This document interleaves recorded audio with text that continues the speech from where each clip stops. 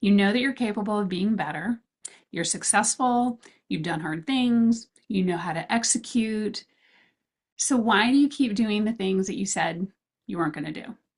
We're going to talk about that today with a healthy leader expert, and you'll see that it is not about motivation. It's not about willpower. It's not about changing the people and the circumstances around you, but that it's about what's happening in your brain. Today, I am talking with Dr. Michael Frisina. He is a leadership scholar.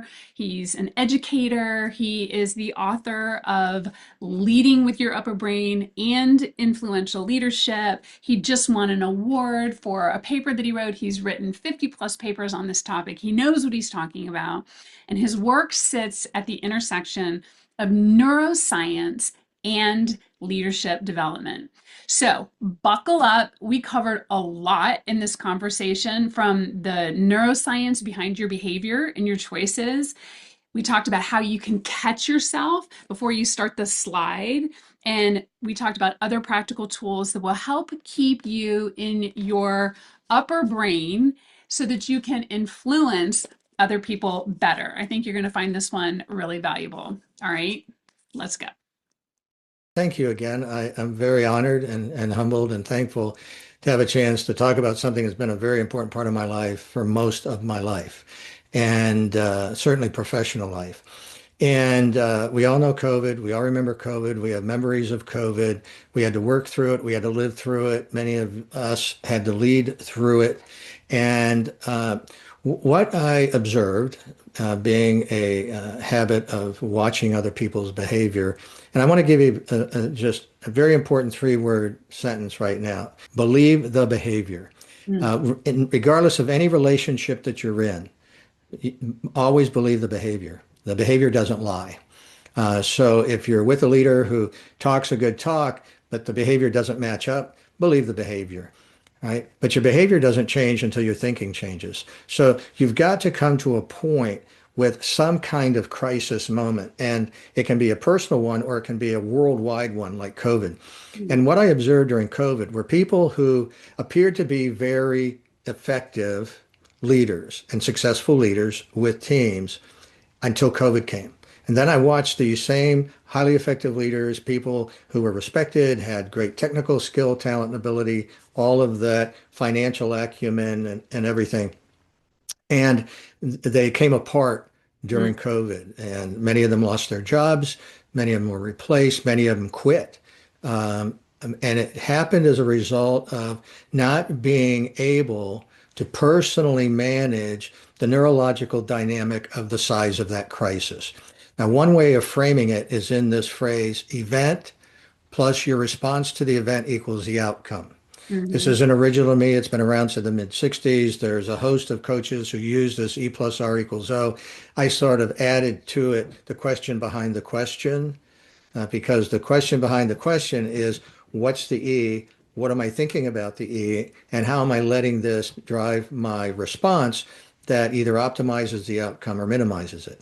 And so Mhm. what we saw happen, if I can use my hands here intentionally, is the idea that when the E got very significant, COVID, the event got very, there were people whose neurobiological self-regulation skill was exposed. And so they couldn't rise their level of response capacity, both in behavior skill and their technical skill, to a level higher than the size and magnitude of the event. So whatever event comes into your life, it can be a personal diagnosis, a medical diagnosis of some kind. It can be a strained relationship at work. It can be a loss in a personal relationship. The key to self-regulation for me in life and as a leader is knowing how I keep my response capacity always at a higher level than the magnitude of the event, so I always optimize the outcome.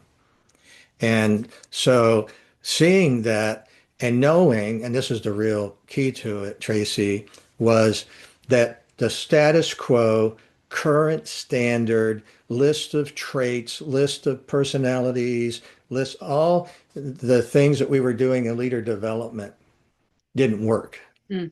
Because if they worked, we wouldn't have had as many failures in COVID as we had unless people were just choosing not to do them. But these were people who were trained in those previous leadership and development models. Mm-hmm. So then it begged the question, well, something else has got to be there. And for me, it was the neuroscience piece. It was how does the brain work? And if me as a leader, if I can get my brain to work the way my brain is supposed to work, so I stay in the physical space of my brain, the prefrontal cortex, for critical reasoning capacity, for problem solving, for creativity, for initiative. If I could find a way to stay there, Mm-hmm. then I was now going to leverage these neurophysiological dynamics to manage my own behavior against any threat capacity because the brain has two wonderful, powerful, dynamic capacities: growth, development, and achievement, and staying alive. Right. And we need both. The problem is it can't do both at the same time.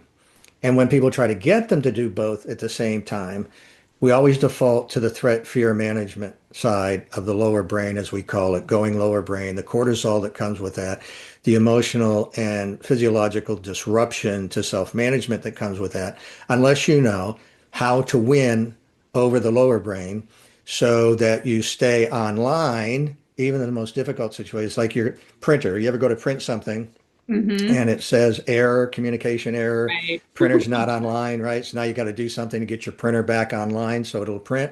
Well, you got to do something to get your upper brain back online because the only way to combat all the negative effects of the lower brain, unless you're really at physical risk, and you've been in the military and you know about real risk and physical risk and threat danger, the brain can't distinguish between physical threat and psychological threat. It doesn't know that. And that's a key thing for people to understand because the threats that we're experiencing in the workplace and in life typically aren't physical threats.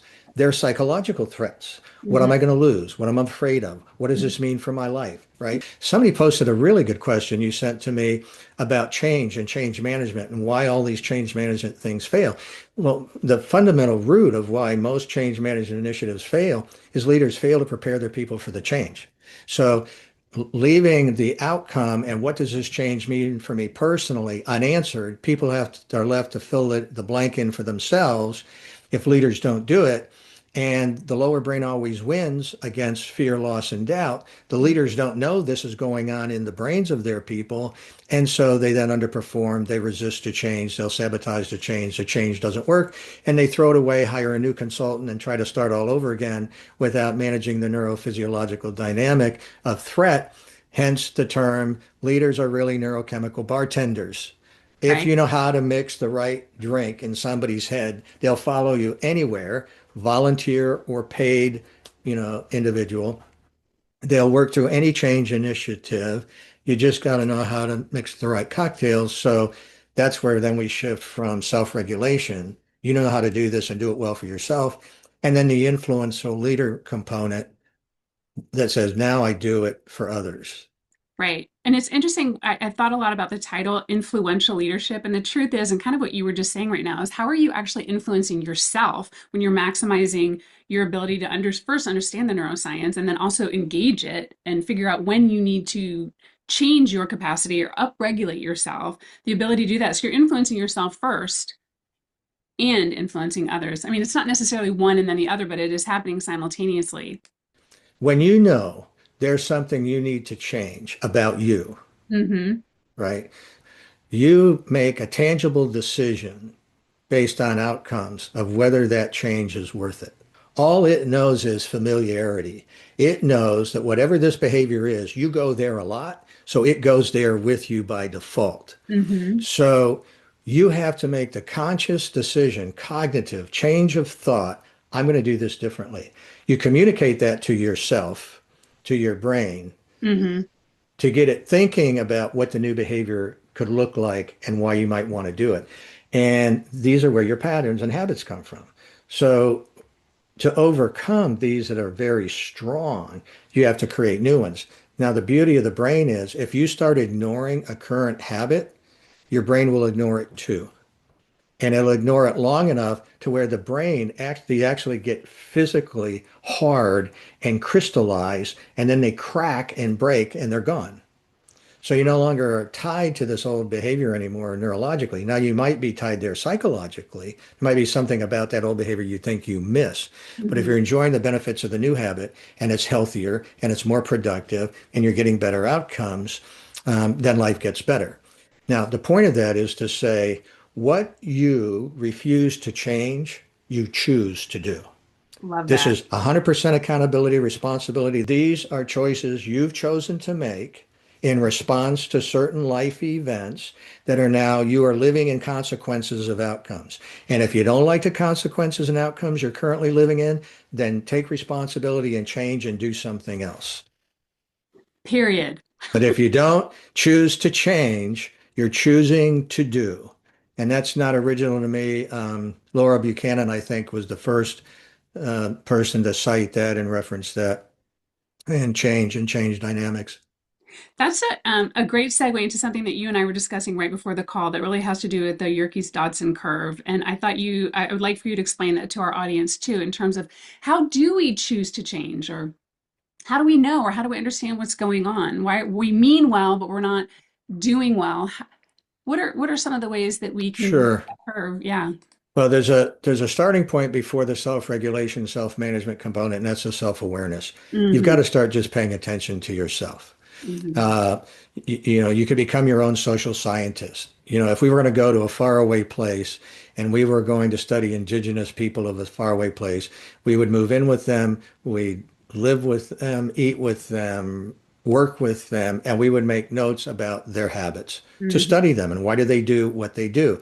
You've got to do this with yourself. So journaling becomes a primary tool for self-awareness and journaling at the end of a day and writing down some things that happened through the day. How did you manage those things through the day? Taking time to do these things are not add-on time, peripheral time. They need to be in your daily schedule of time. Say that again. You need to make what these habits do for you part of your daily routine. So in my daily routine, I have 10-minute segments at various places to do a reset and a recheck that my prefrontal cortex is online, particularly if I've come out of a very difficult meeting, a very difficult coaching session where my coaching client has pushed back against me. They don't believe in what I'm telling them anymore. They don't know why they've spent all this money on me. They're smart, I'm dumb, and maybe they need to go get a different coach. Fine, let me help you do that, right? But I still have to do my own reset Right. about that. So you build these, this is what effective leaders do. I mean, if you look at their schedule, they have their meetings, but then they have their reset, they have their recheck points through that.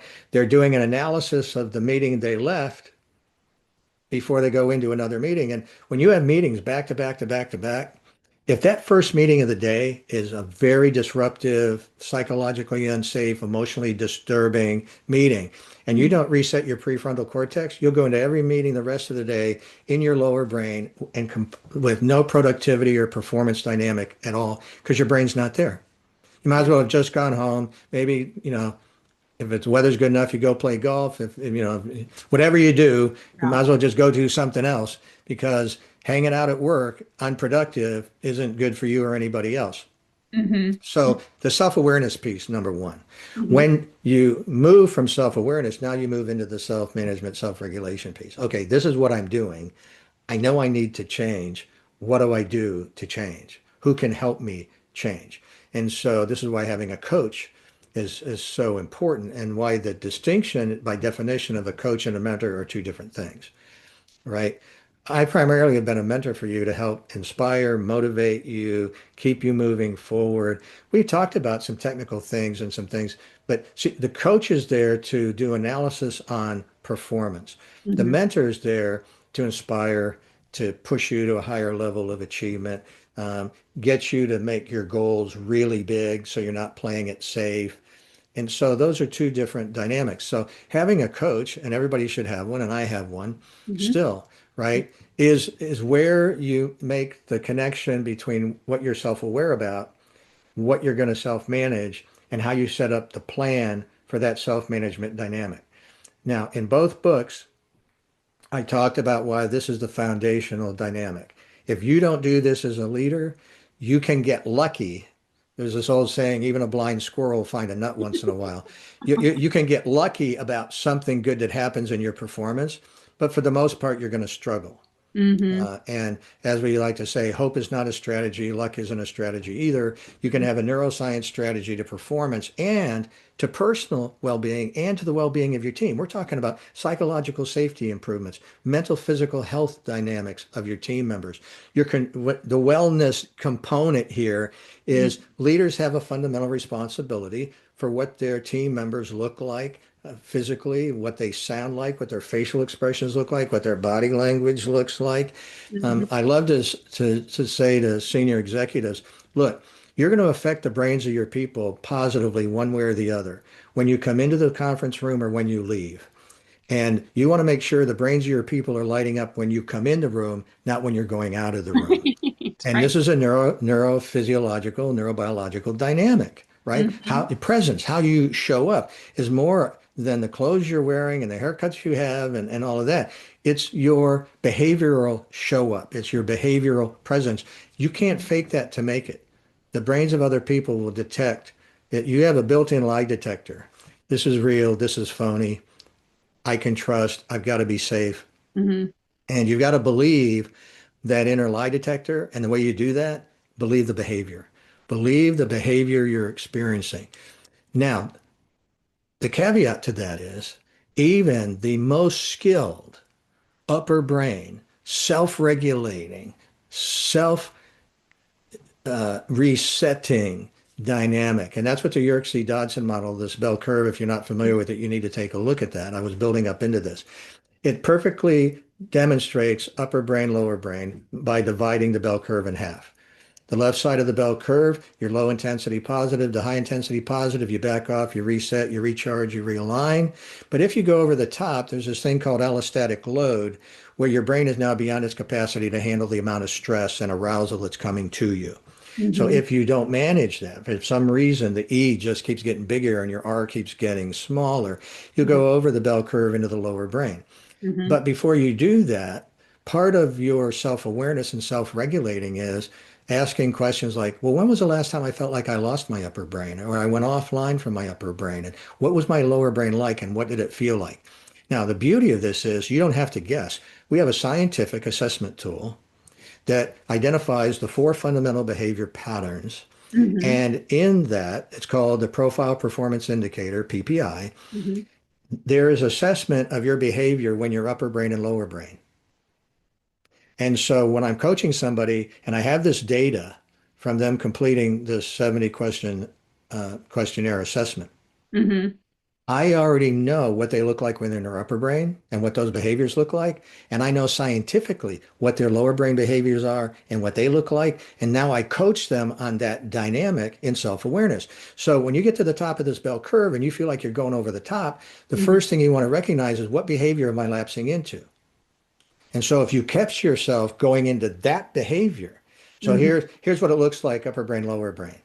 You're a dynamic, fast-paced, quick to execute upper brain. Mm-hmm. Okay.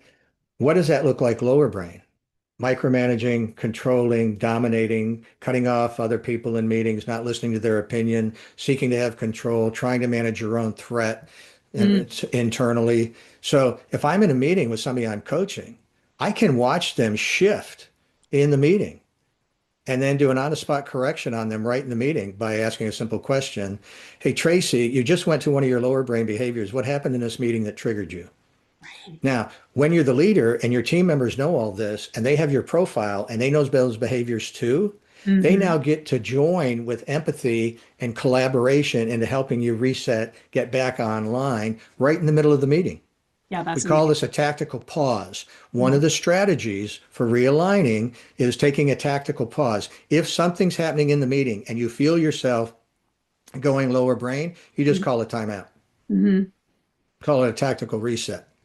and everybody takes a walk. Everybody goes look at some email. Somebody goes and does some deep breathing exercises. Somebody goes and prays their rosary for the day, or they do their mantra for the day, or whatever they do, some spiritual reconnection. Mhm. Then Mhm. we come back in and we say, okay, let's try this again.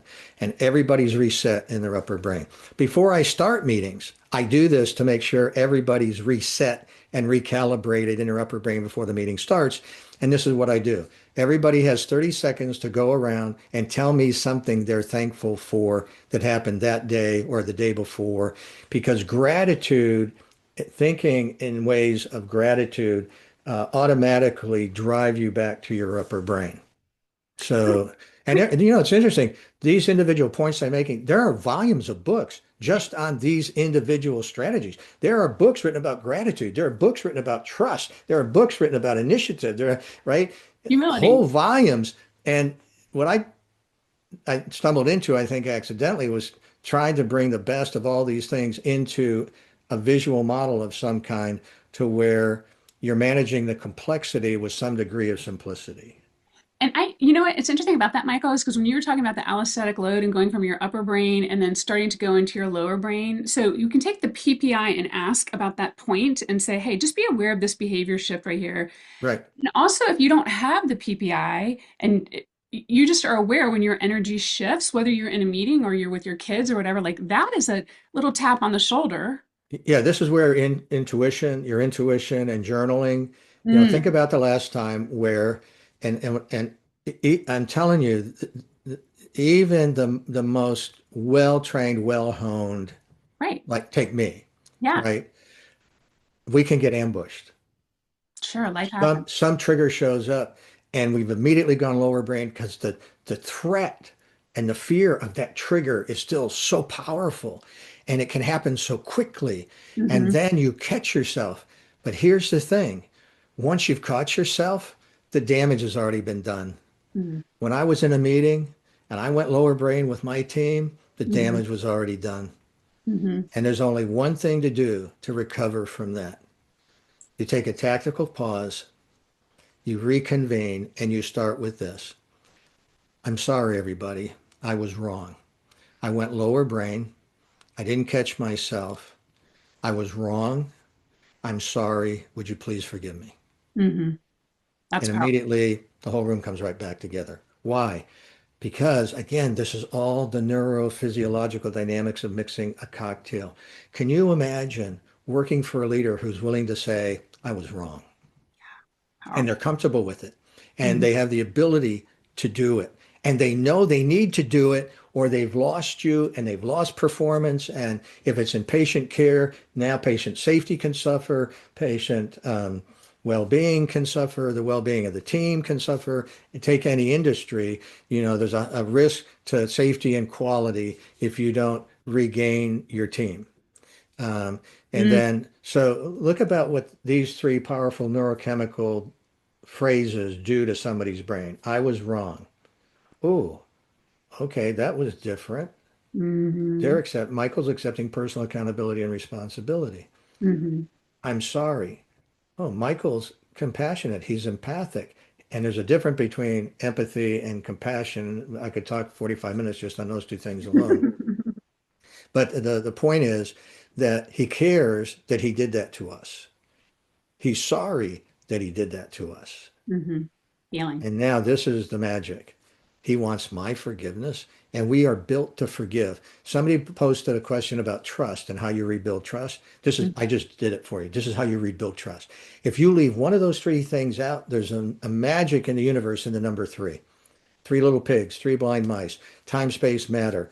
It's all over the universe. Right. So the number three, the brain loves the number three. I was wrong. I'm sorry. I was wrong. Accountability, responsibility, great self-management, self-awareness, self-regulation. Hmm. I'm sorry.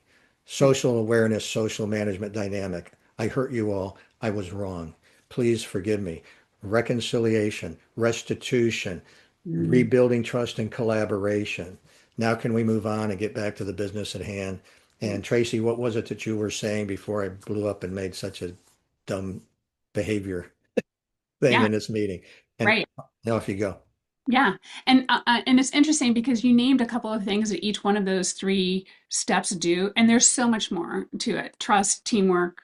Now we can collaborate. Like it's the core of how you move together and actually make a difference individually and Yeah. also And the psychological safety component of that, huge. right? Now all of a sudden everybody's safe again. So where do you go when you're safe? You go to your prefrontal cortex. Right. What happens when you're in your prefrontal cortex? We get better critical reasoning capacity. We get better problem solving. We get more effective creativity. We get personal initiative. We get execution. We get, Right. it makes the magic happen Magic. neurochemically.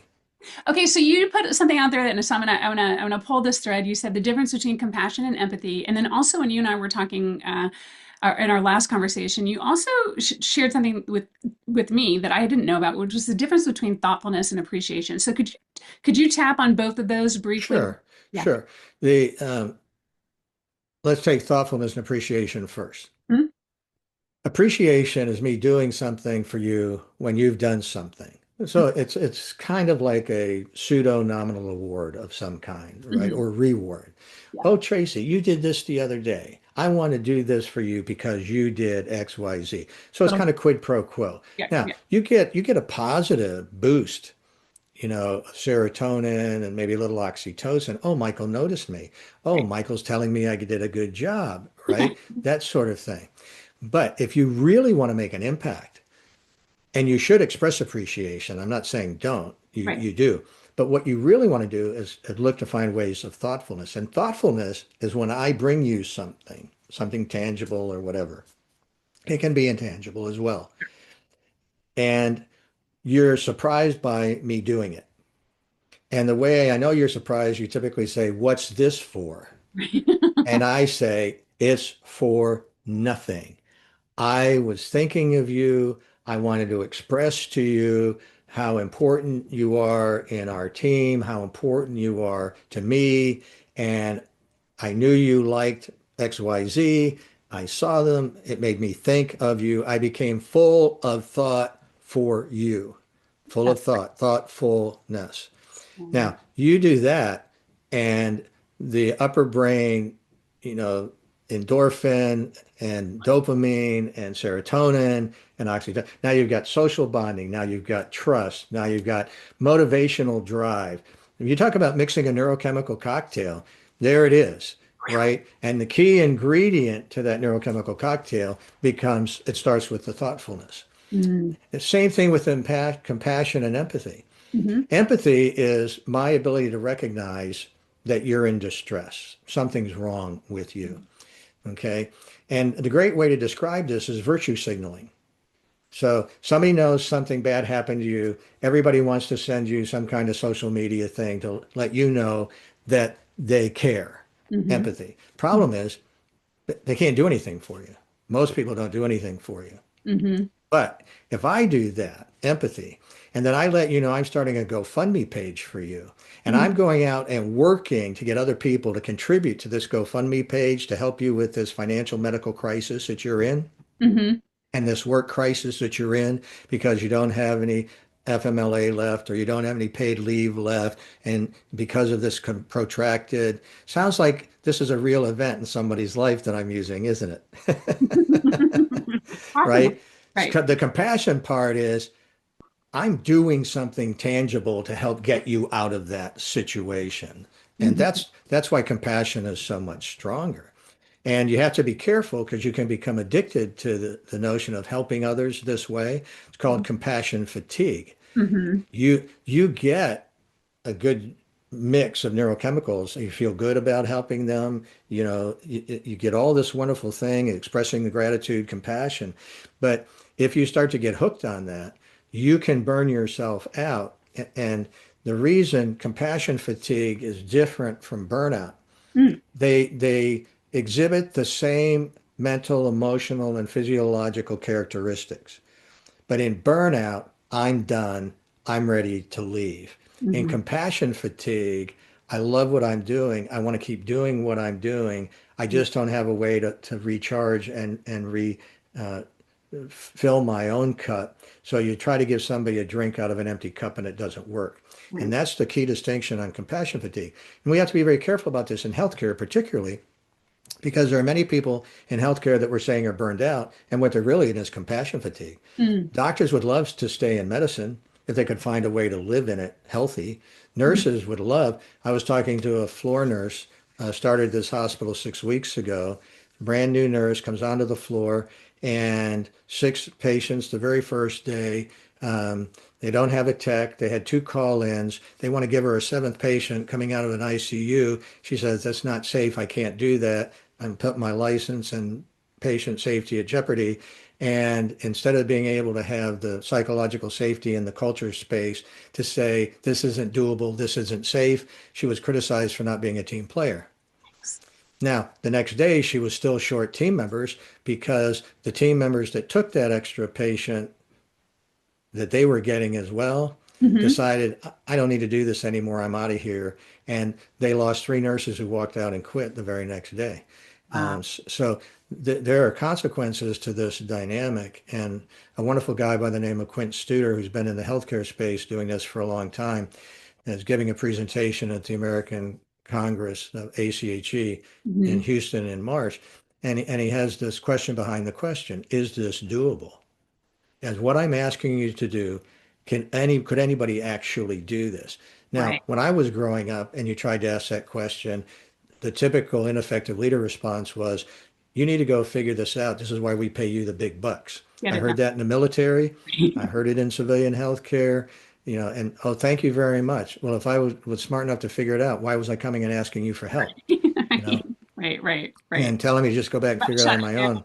Yeah, it's your shutdown. Exactly. Right. And so that's the key distinction on those types of phrases. Yeah, and I think that well, so let me ask you a question here about the compassion and the empathy piece. If this is accurate, is empathy is something that I feel for you, and then compassion is when I actually do something about Yeah. it. It's Yeah. meaningful to you. We can all have the feeling for you, Right. gee, this is really too bad that this has happened to you. Yeah. But that doesn't mean anything other than thank you. But the compassion piece is the actual, let me get in this with you. Let me Yeah. help guide you out of this.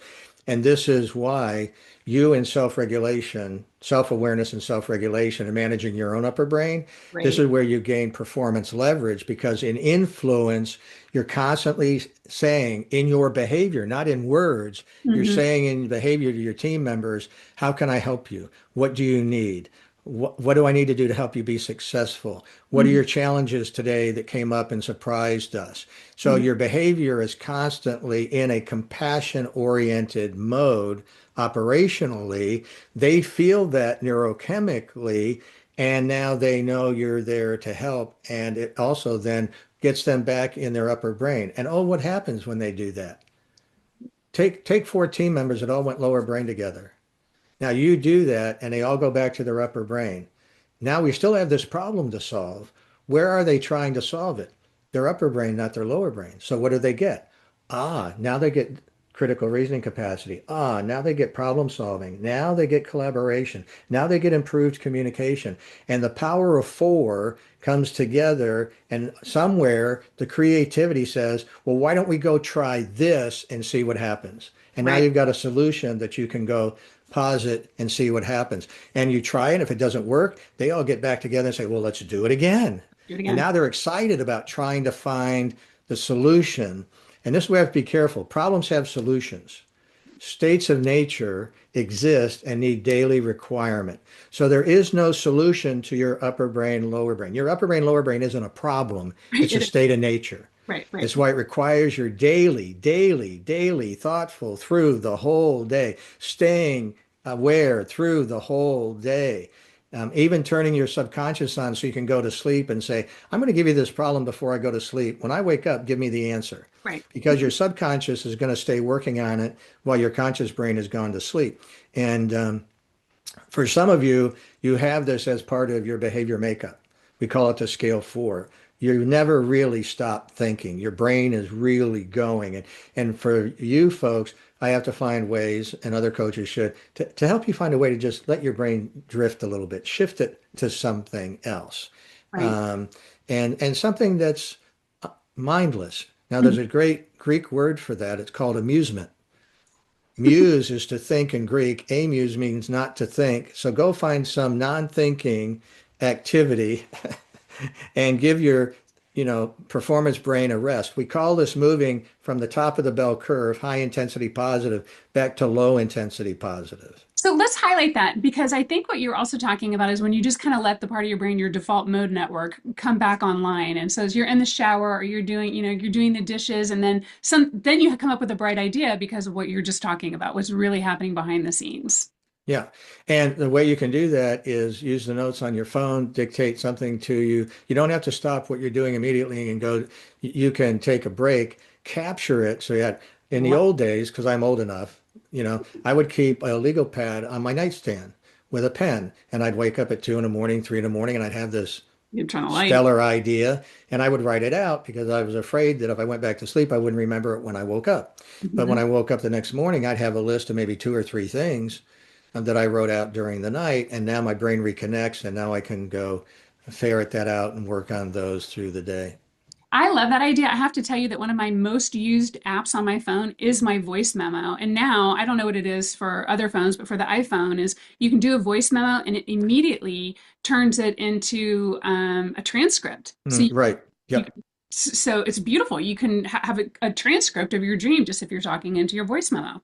Right. And then you want to take it to the next level. You take that, copy it, go to Perplexity or Curiosity or ChatGPT and say, hey, I had this idea. This is what I've scoped out. Can you flesh this out in greater detail for me? And then watch what happens when you do that. Oh, well, what are the courses of action? What are some probable ideas for problem solving? And then you get that. So again, it's a full integration, right? Mm. But ultimately, there are things that enhance the brain dynamic itself, and it's still old-fashioned. Some of you like to read on tablets, read on your phone. A hardback book and reading off a page, your brain still connects to that. And writing a note out, your Mm. brain connects stronger in your physical writing it out than it simply does in recording. But I'm not saying these other things aren't efficient and effective.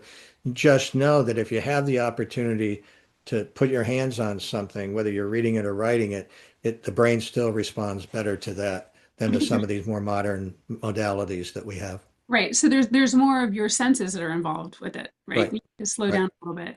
Part of Okay, it, yeah. so I have to ask you about this because you shared this analogy with me and I think it's brilliant. And it has to do with Apple's original interface and why Apple is so intuitive and why we don't actually have to train people to use it. Yeah, this again, the whole invention concept of the computer was looking at a human brain and seeing if there was a way to replicate it in a machine. That's how the whole computer industry got started. And so, but then you had to have code, and there was all this code stuff. And again, I can remember my first laptop computer was something called an Osborne. Let's see, it was 1980. It was as big as an old Singer sewing machine. You got your gymnastic workout carrying it around because it Right. weighed about 30 pounds. Um, but I remember my Commodore 64. Then I remember, but I remember my first Apple. And the difference was, oh, I need to put something in trash, or I need to delete something. So you Mhm. had to type a text code. Well, on my Apple, all I had to do is click and drag it to a trash can to recycle. What a novel idea. So I'm thinking about, I need to throw this away. My brain says, yeah, put it in the recycle bin. Mhm. Oh, and some of these other intuitive things, you got a virus on your computer. So it would identify it and you get a signal. You have a virus. Thank you. Would you like to quarantine it? Yes or no? Well, yes, of course. Why would I want to leave it on there? Now, this is interesting. You see, computer programmers could say, you have a virus. And you say, okay. And it could say, I'm going to delete it for you. And you say, okay. I'm going to delete it permanently off your hard drive. And you go, okay, right? But they gave us human choices. Mhm. I discovered this virus. Do you want me to quarantine it? Yes or no? Why Mhm. would you say no? Why would you not want to quarantine it? Right. Right? And then it says, Okay, I'll quarantine it. Do you want me to permanently delete it from your hard drive? No, leave it in there so it can morph and hang around for a while and maybe come back live and keep messing with some of my programs. Well, of course I want to say yes, delete it permanently, right?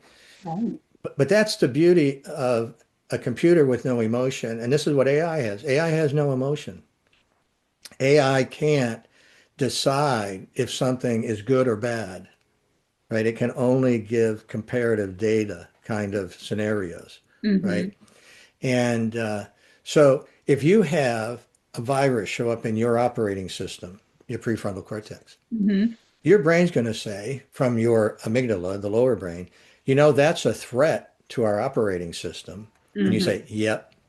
And your lower brain's going to say, would you like me to delete that for you? Yes or no? Mm-hmm. And you know, some of the highest IQ people I've ever met can rationally choose to be irrational and say no. They will keep a neural pathway that's unproductive, unhealthy. They'll rationalize keeping it, and their brain will help them keep it because the brain only knows what's familiar. It doesn't know what's hurtful and painful and unproductive.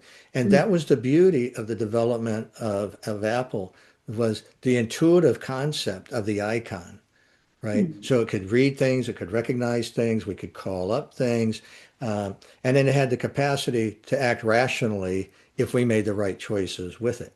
Mm-hmm. And and it's a really a great model for how our brain works. Our brain works on pattern recognition systems. The Apple development was a pattern recognition system. Mm-hmm. Icon, which was outcome, from process. And if any of you have listened to Fernando Mendoza, this Indiana quarterback, enough post-game interviews from victories all the way to the national championship game, he preached stoicism, an ethical model of delayed gratification, Mm-hmm. discipline, focus, consistency. But then he shifted to being in the process, not focusing on the outcome, Mm-hmm. that it didn't make any difference what the score was. Don't even look at the score. My job is to go out to play the next play that only lasts for 6 seconds and do the very best I can in process on that play for 6 seconds. And if it doesn't work, I get another down and I'll do it again and I'll make the next one work. Right. And so one of the things that our upper brain is really great helping us do is focus on process, not outcome. But the lower brain is all outcome based.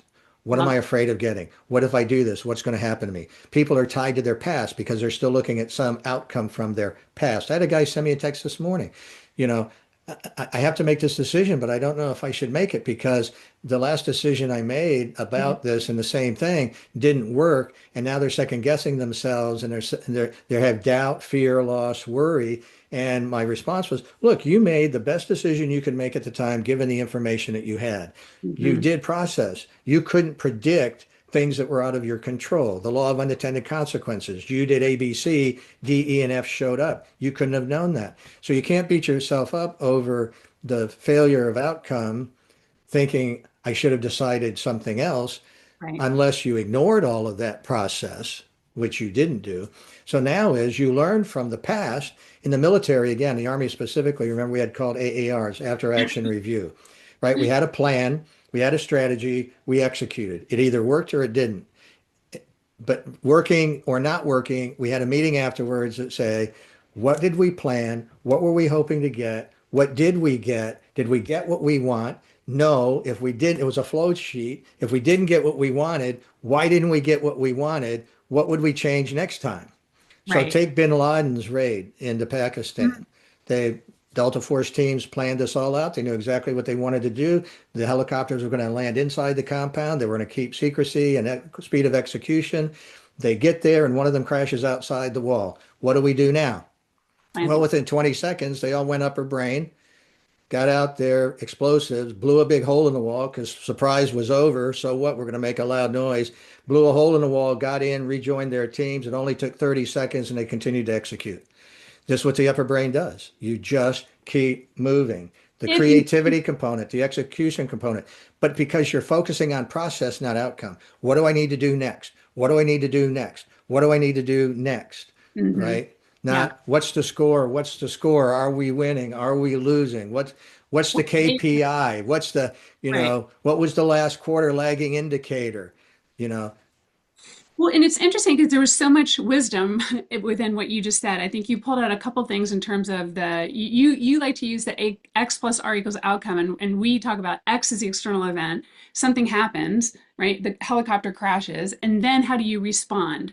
You right. respond with your mind, with your emotions, and with your behavior. That's how you respond. And when you train that, like those SEALs trained, when you train it, then you can keep going to your process. But if you're looking at the outcome, if you're looking at what was, then you're off the field now. You're out. And the pathway is the same pathway whether you're going upper brain or lower brain because it starts with the event. It's then is how am I focusing on the event, right? Hmm. Then it's the energy that I'm creating by how I'm choosing to focus. So if the same, think about this, the same event happens to you and me, exact same event, and you choose to go upper brain, the way you focus and gain perspective on the event is upper brain oriented. Well, if I go lower brain, you see, now we start to diverge, Right. and then you have the same event. We're in the same event. You're going the upper brain pathway. I'm going the lower brain pathway, right? But the beauty of that is, again, in the self-regulation dynamic, if I'm recognizing I'm going lower brain because I'm self-regulating, I can stop that, go right back to the event, and start a new pathway back to the upper brain. And I can join you in the upper brain. I may be a little bit behind you, but I Right. can accelerate it. If you're ahead of me, then you get to pull me up, influential leader, right? This is what influential leader responsibility is. You, as a leader, staying in your upper brain so you can keep your team members all moving upper brain. And when you got somebody who's gone lower brain, you help them reset and realign back to their upper brain. And this, the whole thing about this isn't something that we do as leaders, it's who we are as leaders. It's our being. These Right. aren't checklist things. These aren't traits and attributes and personality dynamics, right? Now, Hmm. the four behavior patterns will execute this in different behaviors, Hmm. but even executing it in the different behaviors, we can still get eventually to the same outcome because we're all staying upper brain. So somebody might bring the speed of execution component to the upper brain. Hmm. Somebody might bring the creativity to the upper brain. Somebody's going to bring all the analytics and the data part to the upper brain. And then someone else is going to be in the social dynamics. So we all stay together, we all get there together, and we build a collaborative component piece. And this is why if you're on a team and you're missing any one of those four behavior patterns that we Hmm. assess for, Hmm.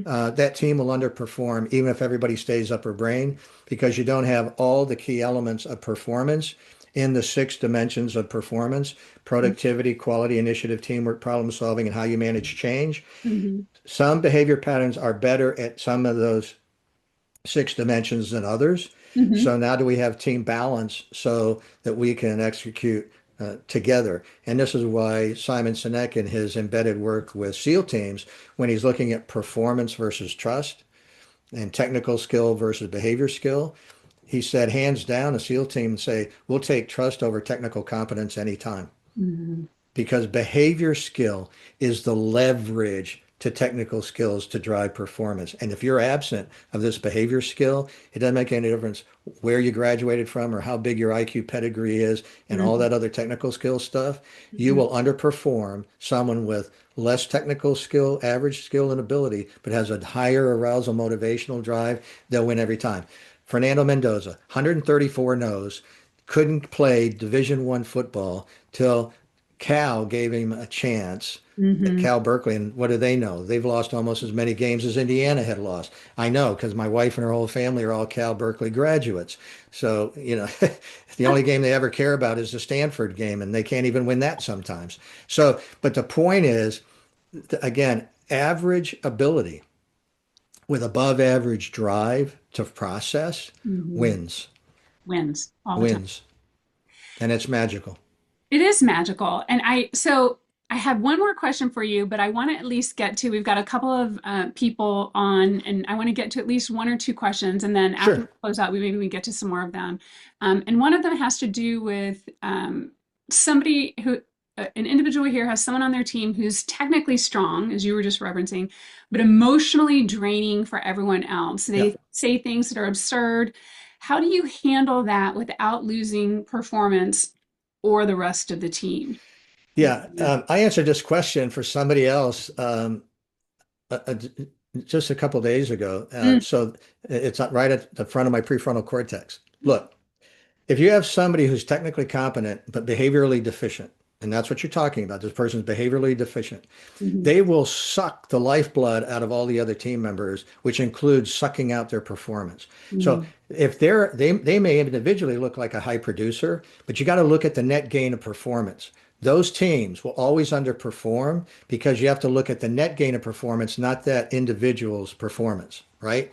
mm. So they need a coach and they need an ultimatum. They need to accountability. They need self-awareness and self-management, which they typically are lacking in their life. That's why they're doing what they're doing, and they've got away with it so long because their technical level of performance has always been used as an excuse to allow them to be behaviorally incompetent, Mhm. right? So they need accountability. This is how you believe the behavior. Right. Behavior is objective. We feel it, we see it. It affects our brains, it affects our performance, our motivation, our drive.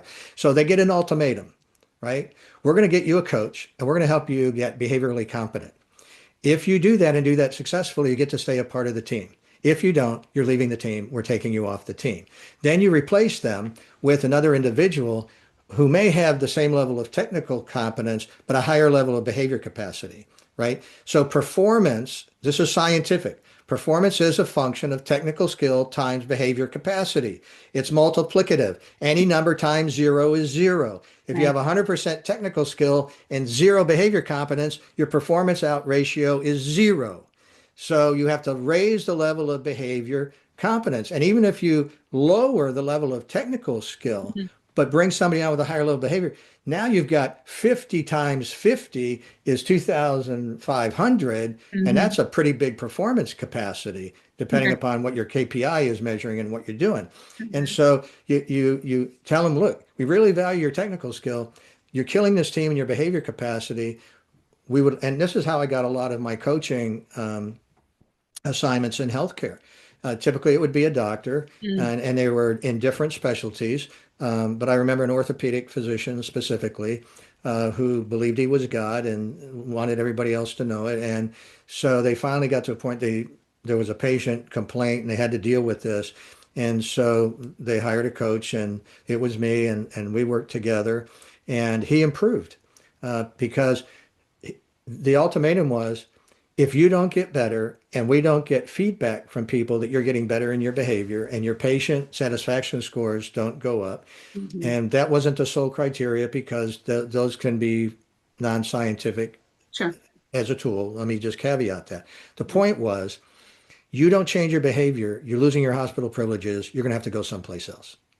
So now you've got what's in it for me. Mhm. Anybody will be willing to change their behavior when what they will lose or gain is sufficient to their change driver. What's in it for me? Right. Even if it's a negative driver. I Right. know of a situation where one guy needed to change his behavior, but he wouldn't, but he was virtually untouchable at the senior vice president level. So he Mm. was told, well, then you'll never be the CEO of this company. And oh, this guy over here that you don't like, Mm. He's we're going gone. to make him the CEO. So Mm. he changed his behavior to try to get the CEO job just to keep the other guy from getting it. They didn't care. He Right. changed his behavior and everything got better. Right. And then he retired anyway. But I hope that answers your question. It's behavior, it's real, it's objective. Everybody knows what rudeness is. Everybody knows what backstabbing is. Everybody knows what selfishness is.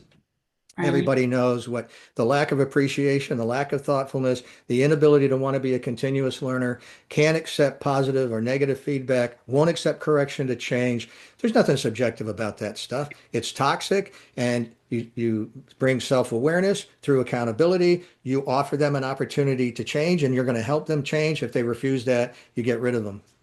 Yeah. And then you hire slow and fire fast. Be very slow and careful in replacing them so you get a better hire to give you what you need in behavior and technical skill and drive the team to higher levels of performance. Whew. That's a lot. That was great. That was a great way to close this up. Although I have one more question for you. All Okay. right. So I want to bring this back to you personally. So we're all about being a healthy leader. We know that that's a unique journey. So how are you being a healthy leader in your own life right now across, mental, emotional, physical, all the modalities? Uh, well, I'll be very transparent, which means I'm just going to be me. Hmm. And look, life is hard in this world, and nobody gets a pass on crisis. Nobody gets a pass on pain and hurt. It goes all the way back to childhood. There was something you wanted for Christmas when you were 6 years old and you never got it. Hmm. And you cried about it. It hurt, but that's life, And you either go upper brain and learn how to get resilient and how to get tough and how to get mentally tough and know that life is hard. And then you get older, and your father was a Marine in World War II, and he was the oldest of his seven siblings, and he worked to help put three of his younger brothers through college, and he never got to go to college, and he stayed the ditch digger, blue collar worker while they grew up in prestigious positions in the community. And you meet people through high school as you're being successful and say, oh, you must be Carl's boy or Joe's boy or Judy's boy. No, well, who's your father? Tony. Oh, you're Tony's boy? And then you get this snide sort of look like, you're Tony's boy? It's just Hmm. like, so, well, I'll overcome that. I'll just be the best at everything. Hmm. And then you go off to college and you want to make your dad proud, and he dies 2 days before your college graduation. And I can go on and on. Life is hard. Hmm. Events come. You have two choices. You're either going to be an overcomer or you're going to be a victim. And life is a lot better in overcoming than it is being a victim. And I've dedicated my life to this purpose statement. I want to use my enthusiasm and my optimism about life to inspire and motivate others to become the best version of themselves. So together we can go change the world for good. We can do more to reduce the level of pain, suffering, and chaos and evil in the world, and certainly find ways not to try to contribute to that from our own life and Hmm. make this world a better place for those who come behind us. That includes two cancer diagnoses. I'm going for another diagnostic after 3 years, thinking we had this thing beat. Thursday morning, I'm going for another diagnostic because maybe I don't. E plus R equals O. I'm living in the upper brain. I'm hopeful. I'm optimistic. If it isn't, then it's like, okay, what do we do next? I've already given my oncology team, they call it a navigation team, copies of my book. And I said, look, I expect to be doing this through this event. I expect all of you to be doing this through this event with me. That Oh, was leading, that was leading with your upper brain. wow. Talk about influential leadership, right? Hey, you got to be on board. I don't want any B players on this team, and I don't want any negativity on this team. It's going to be all about the process, and we're going to focus on the process, and we're going to take one day at a time. And I'm not even looking at outcomes. Hmm. Thank you for Just, sharing that. yeah, I appreciate that. That's the first time that I had heard that. I know that we all are going through, as you said, lots of challenges. And so for everybody on this call and for anybody who will watch the recording, what you just witnessed with Michael is what I have had the pleasure and the blessing of walking alongside. So he is not just talking this talk, he is walking this walk. And it is an immense blessing to stand next to you and to witness that. So thank you for being here and sharing you and your journey. And your work continues to give leaders a way to understand themselves and to lead with clarity, with compassion, and with courage.